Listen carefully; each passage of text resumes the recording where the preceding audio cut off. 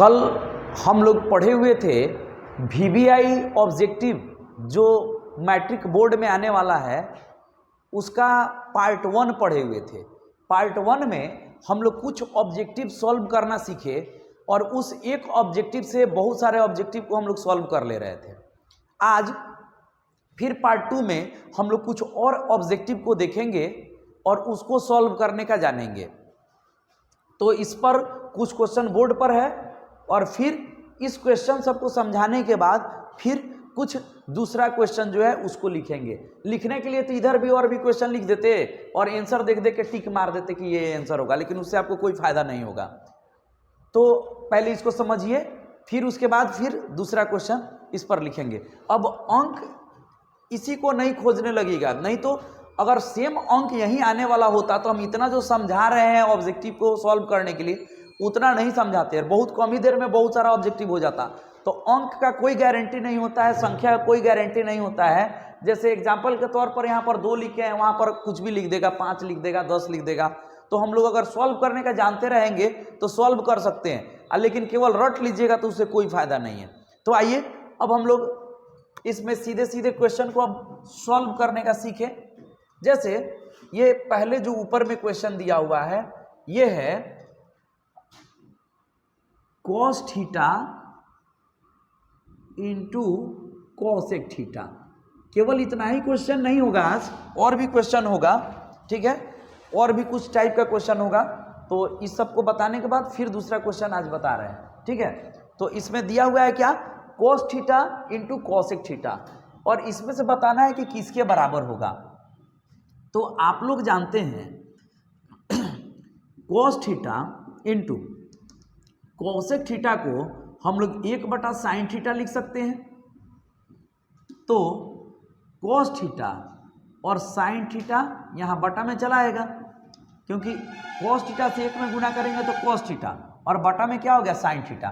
तो आप लोग अगर चाहते हैं तो सीधे सीधे cos थीटा को रहने दीजिए और कॉसेक थीटा को नीचे लाइएगा तो ये किस में बदल जाएगा, साइन में। तो हम लोग सीधे इसके बाद ये वाला लाइन सोच सकते थे कि कॉसेक थीटा जो है वो 1/sin थीटा होता है, तो ये क्या होगा, cos थीटा के सीधे नीचे में चला आएगा, cos थीटा बटा sin थीटा, और cos थीटा बटा sin थीटा क्या होगा, तो tan थीटा होगा।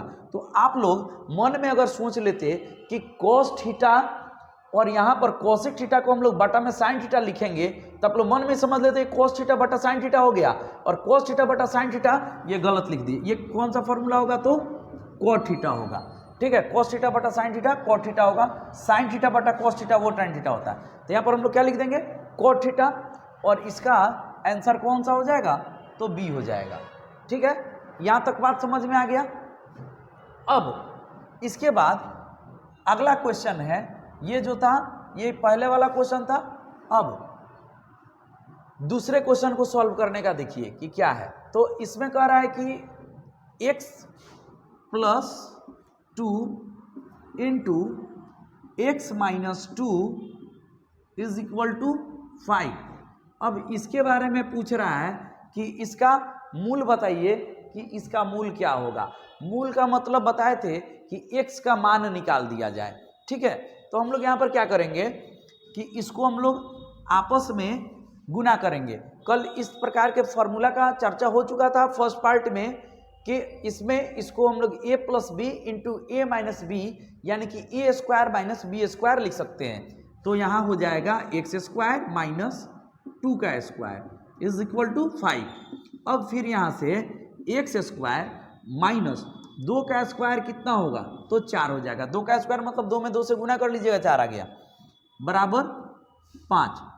अब x² बराबर 5/5 माइनस में है, इधर जाएगा क्या हो जाएगा, तो प्लस में 4 हो जाएगा।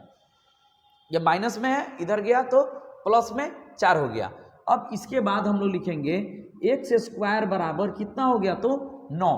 5 और 4 9 हो जाएगा। अब इसके बाद x बराबर √9 हो जाएगा। उसके पहले क्या लग जाएगा, तो प्लस माइनस आ जाएगा। ये स्क्वायर हट के जब भी रूट चढ़ेगा तो उसके पहले प्लस माइनस हम लोग लिख लेंगे। अब इसलिए x का 2 वैल्यू आ गया +- 3, ठीक है। x का वैल्यू आ गया कितना, तो +-3 आ गया, यानी कि प्लस में भी 3 होगा। x का मतलब हो गया यहाँ पे कि +3 और -3 ये दोनों हो गया। कभी कभी कहता है हल समुच्चय लिखें, तो समुच्चय को वही मिडिल ब्रैकेट के अंदर में लिख दिया जाता है, वही समुच्चय होता है। तो इसका हल समुच्चय कहता तो 3 -3 या -3 और 3 हम लोग लिख देते हैं, ठीक है। तो इसमें आंसर कहाँ दिखाई दे रहा है, बी में 3 -3, ठीक है। तो ये क्वेश्चन भी आप लोग को समझ में आ गया। अब हम लोग चलते हैं अगले क्वेश्चन की तरफ। अगला क्वेश्चन कह रहा है कि एक त्रिघात बहुपद के शून्यकों की अधिकतम संख्या है। तो बताए थे कि बहुपद जितने घात का होगा, बहुपद जितने घात का होगा उसके शून्यकों की संख्या, उसके शून्यकों की संख्या उतनी ही होती है, ठीक है। बहुपद जितना घात का होगा उसके शून्यकों की संख्या उतनी ही होती है, यानी कि अगर द्विघात बहुपद है तो उसके शून्यकों की संख्या कितनी होगी, तो 2। अगर रैखिक बहुपद है तो उसके शून्य का संख्या कितना होगा, तो 1। और त्रिघात बहुपद है तो इसके शून्य का संख्या कितना होगा, तो 3 होगा। यानी कि इसका आंसर कौन हो गया, तो सी। अगर द्विघात बहुपद पूछता तो आंसर कितना होता, द्विघात का 2 होता है। रैखिक बहुपद पूछता तो उसके शून्य का संख्या 1 होता। यहां तक तो बात समझ गए। अब आइए अगले क्वेश्चन की तरफ। इसमें दिया हुआ है x - y = 2 दिया है, फिर दिया है x + y बराबर कितना दिया है, 10। और पूछ रहा है इसमें कि कौन सा आंसर जो है वो सही है, x का कौन सा मान होगा। तो हम लोग क्या करेंगे, पहले इस दोनों समीकरण को जोड़ देंगे, ठीक है। तो यहाँ पर -y + y कट जाएगा। ऐसे आप लोग प्लेलिस्ट में जाकर 2 चर वाले रैखिक समीकरण का वीडियो भी देख सकते हैं, और उससे आपको ये समीकरण सॉल्व करने में थोड़ा ज़्यादा सुविधा मिल जाएगा, ठीक है। तो जिनको अगर समीकरण सॉल्व करने में ज़्यादा दिक्कत हो वो उस वीडियो को देख लीजिए। अब माइनस और प्लस इसको हम लोग कैंसिल किए, x और x मिल के कितना हो गया, 2x बराबर कितना आ गया, तो 12, ठीक है। अब 2 से इसको हम लोग काटेंगे तो 6 बार में कट गया, यानी कि x का मान कितना आ गया, तो 6 आ गया।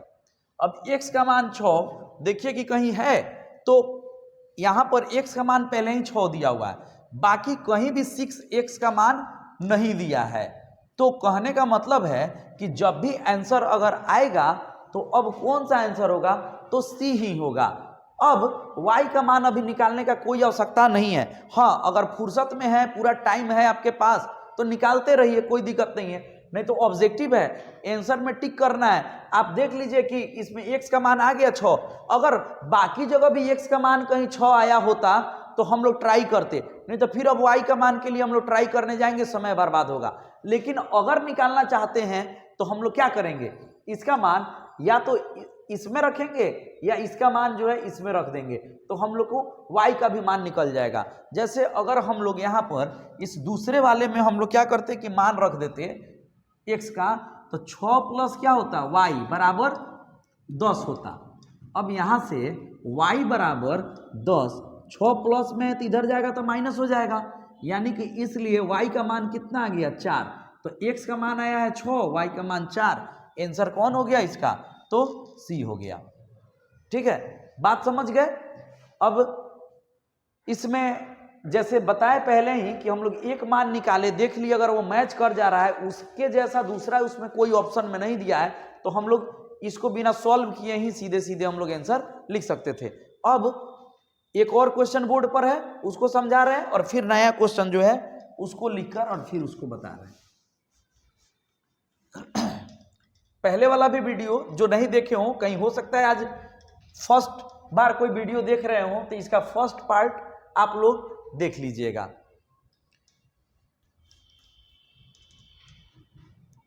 अब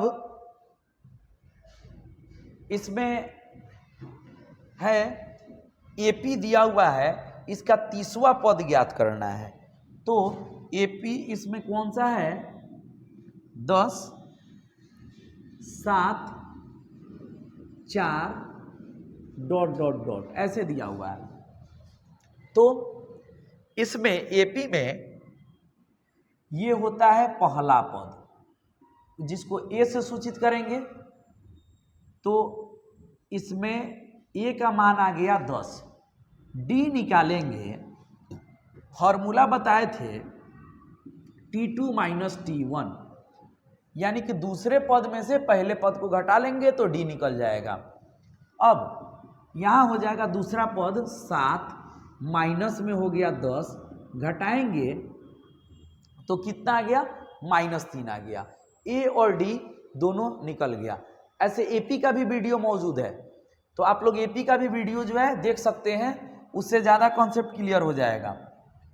और जो भी है, अगर एग्जाम के समय में देखना चाहते हैं तो कंस्ट्रक्शन का वीडियो देख लीजिएगा पूरा अच्छा से। कोऑर्डिनेट ज्योमेट्री का देख सकते हैं, ट्रिगोनोमेट्री से रिलेटेड डाला गया है, बोर्ड से रिलेटेड क्वेश्चन का डाला गया है। उसको अगर आप देखिएगा तो कम समय में आप ज़्यादा मार्क्स गेन कर सकते हैं। फिलहाल अभी देखिए इसमें क्या कर रहा है, 30वां पद। तो हम लोग लिखेंगे T 30 बराबर A + 29D। बताए थे A प्लस जितना है पद उससे एक कम कर देंगे, तो 30 है तो 29D लिख देंगे, 50 रहता तो 49D लिख देते। ठीक है यहाँ तक। अब एक जगह पर लिखेंगे 10 + 29 गुना D का मान -3 रखे। तो अब 10 इसमें गुना करेंगे तो -87 आ जाएगा। प्लस माइनस गुना होगा माइनस, 29 में 3 से गुना करेंगे 87। अब इसको हम लोग घटा लेंगे तो -77 आ गया। यानी कि ऑप्शन कौन सा हो जाएगा, तो ऑप्शन सी हो जाएगा। यहाँ तक बात आप लोग समझ गए कि इसका आंसर कितना आ गया, -77। फिर अब अगला जो है कुछ क्वेश्चन जो है उसको लिखकर और उसको सॉल्व करके बता रहे हैं। अब कुछ क्वेश्चन फिर आपके सामने है। दिया हुआ है कि समांतर श्रेणी 5, 8, 11 ... का कौन सा पद 383 है। तो इसमें 5, 8, 11 ... तो ए का मान कितना हो गया, 5। डी निकाल लीजिए, T2 - T1, मतलब इसमें से इसको घटा लीजिएगा, कितना आएगा, तो माइनस इसमें आ जाएगा 3। डी का मान आएगा कितना, तो 3।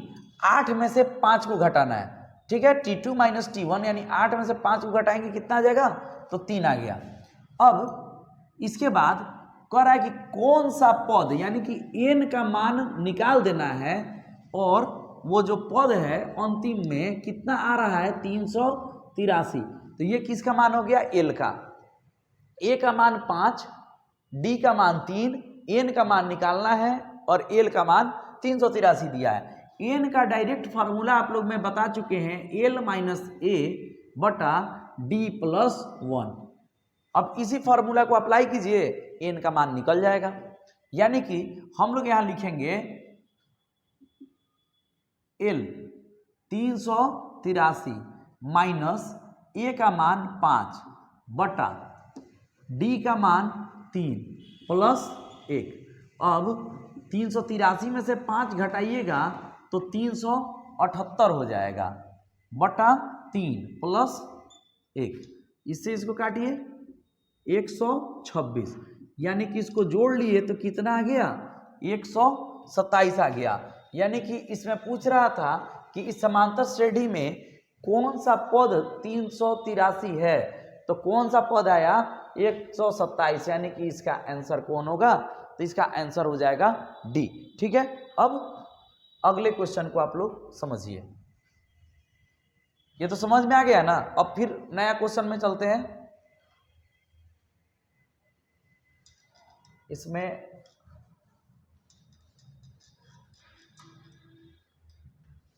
आगे क्वेश्चन दिया हुआ है, इसमें क्या, तो tan थीटा बराबर दिया हुआ है 1। तो थीटा का मान क्या होगा, आप लोग भी याद किए होंगे। और ये थीटा के मान से रिलेटेड क्वेश्चन बार बार एग्जाम में पूछता है, ठीक है। तो tan थीटा बराबर 1 दिया है, हम लोग को इसमें किसका मान निकालना है, थीटा का। तो आप लोग को भी पता है कि tan में कितने डिग्री का मान 1 होता है, तो tan 45 डिग्री का मान 1 होता है, तो यहाँ थीटा का मान कितना हो जाएगा, 45 डिग्री, यानी कि आंसर कौन होगा, तो सी हो जाएगा। बात समझ गए। फिर अब अगले क्वेश्चन को देखिए। अगला क्वेश्चन दिया हुआ है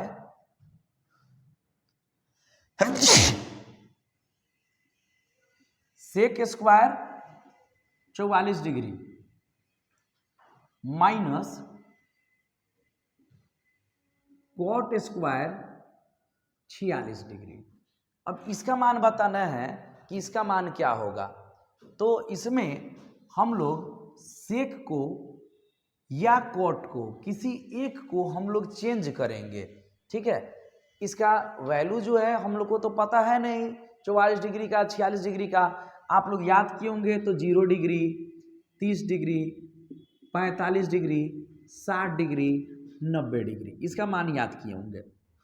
अब इसका मान पता नहीं है तो समझ जाइए कि ये 90 डिग्री माइनस थीटा पर बनने वाला है, तो कोई एक को बदल दीजिए। इसको अगर चेंज किया जाए तो इसको हम लोग सेक स्क्वायर रहने दिए और 44 को हम लोग क्या लिखेंगे, 90 में से घटा कर लिखना है, यानी कि 90 डिग्री में से घटा कर लिखेंगे। तो 90 में से कितना घटाएंगे, 44 हो जाए। तो यहाँ पर हम लोग लिख दिए 46 डिग्री और इसको हम लोग जैसे है वैसे रहने दिए। यहाँ तक बात समझ रहे हैं।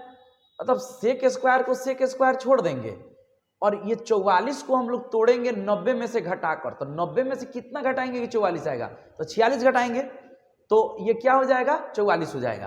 अब आप लोग को पता है कि सेक 90 degree minus theta cosec theta होता है।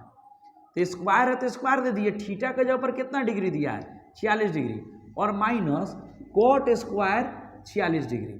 अब आप लोग एक फॉर्मूला जानते हैं कि cosec square theta minus cot square theta बराबर क्या होता है फॉर्मूला, तो 1 होता है, ये आप लोग जानते हैं। तो यहाँ पर थीटा और यहाँ पर थीटा यानी कि दोनों सेम एंगल को इंडिकेट कर रहा है। तो यहाँ पर भी 46 डिग्री और 46 डिग्री ये क्या है, तो सेम एंगल है। तो इसलिए हम लोग cosec square theta minus cot square theta इसका मान कितना लिख देंगे, तो 1 लिख देंगे। तो इसका आंसर कौन होगा, तो इसका आंसर हो जाएगा बी, ठीक है। इसका मान कितना आ गया, तो 1 आ गया।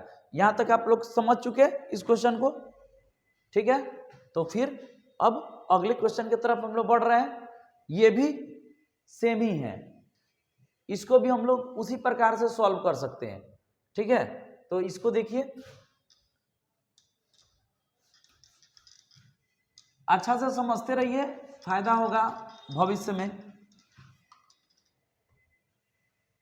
अब जैसे दिया हुआ है इसमें cosec square 35 degree minus tan square 55 degree, इसका मान पूछ रहा है कि इसका मान क्या होगा। तो हम लोग क्या करेंगे, किसी एक को बदल लेंगे जिसका इच्छा हो, ठीक है। तो इसमें या तो इसको चेंज कर लीजिए या फिर इसको चेंज कर लीजिए, कोई एक चेंज कर लीजिए। हम लोग इसमें कोसेक स्क्वायर और इसको 90 डिग्री में से कितना घटाएं कि 35 आ जाए, तो 55 डिग्री, और माइनस tan स्क्वायर 55 डिग्री, ऐसे हम लोग लिख दिए। यहां तक बात समझ रहे हैं। अब कोसेक 90 डिग्री माइनस थीटा ये किस में चेंज हो जाएगा, सेक में। तो सेक स्क्वायर और थीटा के जगह पर कितना डिग्री, 55 डिग्री, और माइनस tan स्क्वायर 55 डिग्री। अब आप लोग फार्मूला जानते हैं कि sec square theta minus tan square theta बराबर 1, ये फार्मूला जानते हैं। तो थीटा का मतलब सेम एंगल, यहाँ पर भी 55 डिग्री सेम एंगल है, तो इसका मान कितना आ जाएगा, 1 आ जाएगा। यानी कि sec square theta minus tan square theta बराबर क्या होता है, 1 होता है। तो इसमें इसका भी आंसर कौन होगा, तो बी हो जाएगा। यहां तक बात समझ गए। अब हम लोग इसमें देखेंगे अगला क्वेश्चन। अगला क्वेश्चन में है साइन थीटा बराबर कॉस थीटा। मतलब साइन थीटा बराबर क्या दिया हुआ है, कॉस थीटा। तो थीटा का मान हम लोग को बताना है कि इसमें थीटा का मान कितना होगा। ठीक है, तो आप लोग को पता है कि साइन थीटा और बराबर कॉस थीटा, तो इसमें थीटा का वैल्यू कितना होता है, 45 डिग्री। ठीक है, क्योंकि साइन 45 डिग्री का मान कितना के बराबर होगा, तो 1/√2 के बराबर होगा। और कॉस 45 डिग्री का भी मान जो होगा वो भी 1/√2 के बराबर होगा। यानी कि साइन थीटा बराबर कॉस थीटा है, तो थीटा का वैल्यू कितना होगा, तो 45 डिग्री होगा। ठीक है, तो यहाँ पर इसका आंसर कौन होगा, सी होगा। अगर कोई चाहते हैं कि इसको थोड़ा सा सॉल्व करके भी बताइए, तो एक तो बता दिए ऐसे कि थीटा का वैल्यू इसमें 45 डिग्री पर दोनों मान बराबर हो जाता है।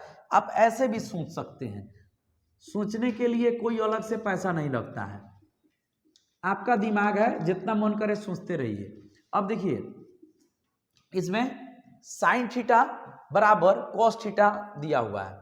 हम लोग कोई एक को 90 डिग्री माइनस थीटा के फॉर्मूला पर तोड़ेंगे।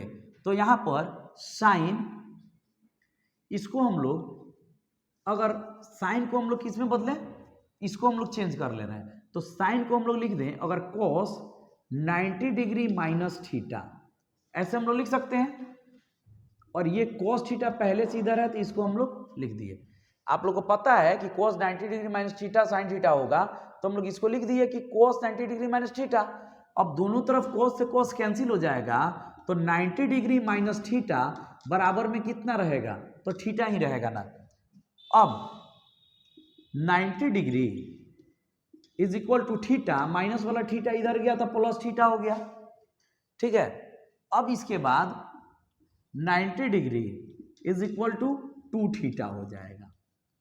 ठीक है, थीटा और थीटा जोड़ेंगे 2 थीटा। अब 2 से ही कट जाएगा कितना बार में, तो 45 बार में। यानी कि थीटा का वैल्यू कितना आ गया, 45 डिग्री आया। समझ में आ गया। ऐसे भी समझ सकते हैं, वैसे भी समझ सकते हैं, जैसे समझ लीजिए। ठीक है, तो इसमें थीटा का मान पूछ रहा था कितना होगा, तो थीटा का मान 45 डिग्री हो जाएगा। ठीक है, ये बात समझ गए। अब हम लोग अगले क्वेश्चन की तरफ चल रहे हैं।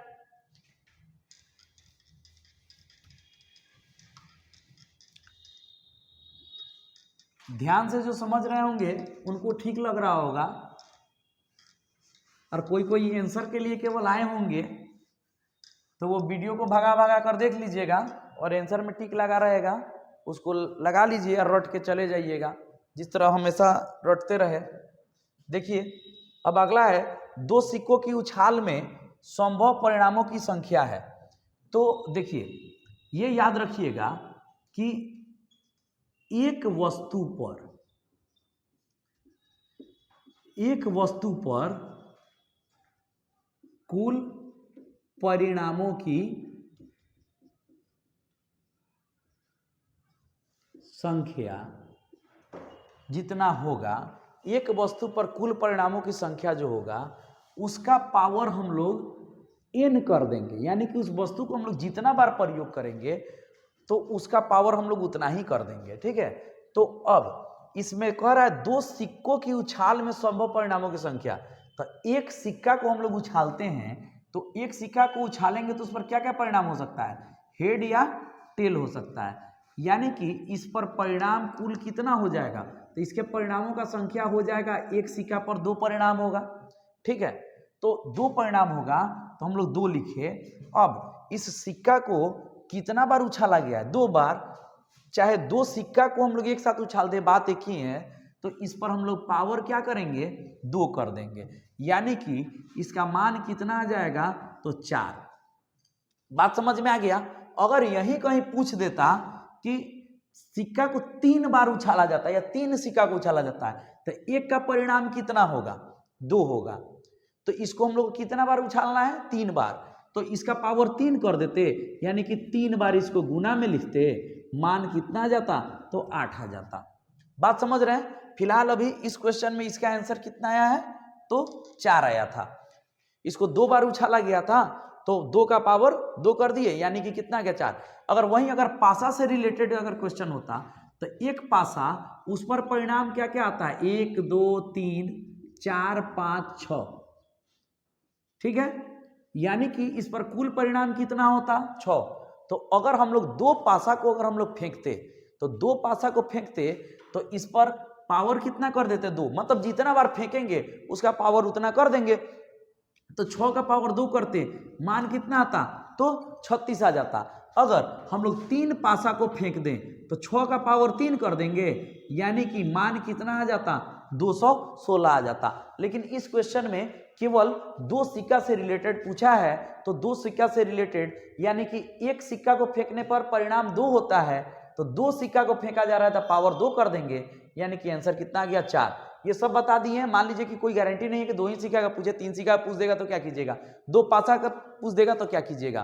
तो इसलिए ये सब समझना जरूरी है, ठीक है। अगर क्वेश्चन हमको अगर बोर्ड का पता रहे कि यही क्वेश्चन अगर आएगा, तो हम सीधे सीधे वही क्वेश्चन क्यों नहीं पढ़ा देते। इसमें क्या होता है कि टाइप हम लोग को अनुभव होता है कि इस टाइप का क्वेश्चन आ सकता है, अंक कोई भी चेंज कर सकता है। इसीलिए जो भी क्वेश्चन समझाते हैं उसको थोड़ा सा ज्यादा डिटेल समझा देते हैं कि उससे रिलेटेड उस टाइप का जितना भी क्वेश्चन आए आप लोग सॉल्व कर लीजिए। नहीं तो बहुत लोग कहते हैं यही क्वेश्चन आएगा, तब स्क्रीनशॉट लेकर रख लीजिए और बाद में लेके मिलाइए कि वो क्वेश्चन आया है कि नहीं, और उसके बाद उनका फोन नंबर लेके आप लोग तो बात करिए लीजिएगा, बिहारी है ये हैं।